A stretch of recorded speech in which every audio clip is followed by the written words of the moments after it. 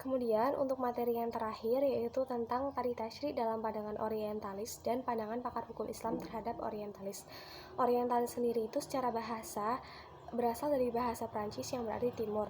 Oriental adalah hal-hal yang bersifat ketimuran yang luas ruang lingkupnya meliputi agama, bahasa, kebudayaan, ilmu bumi, etnologi, kesastraan, dan kesenian.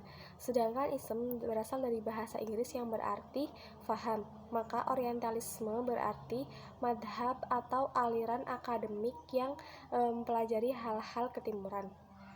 Kemudian sejarah orientalisme itu terkait dengan studi kajian tentang dunia tanpa motivasi dan kepentingan pada abad ke-18 Masehi. Menurut Hussein Haikal, ketika Islam versus Romawi, namun sebagian mengatakan ketika Perang Salib dan sebagian lain mengatakan ketika Islam versus Kristen di Andalusia. Untuk tujuannya yang utama yaitu untuk mengungkap dan menyingkap simbolik kultural Islam, di mana bahasa Arab merupakan wahana utama. Yang kedua, keilmuan. Yang ketiga, ekonomi. Dan yang keempat, politik. Kemudian pandangan orientalis terhadap hukum Islam.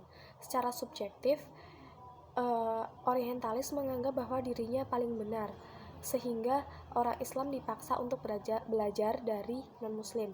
Secara objektif, itu pada abad 17-18 dipandang lebih objektif kalangan orientalis dan lahir pemikiran baru yang menolak pemikiran gereja. Kemudian pandangan pakar hukum Islam terhadap orientalis. Menurut pakar hukum Toha Amin, menurutnya orientalis adalah orang yang melakukan kajian tentang ketimuran dengan pendekatan Eurosentris. Kemudian menurut M. Ibrahim, orientalis adalah orang yang mendalami bahasa dan peradaban orang timur.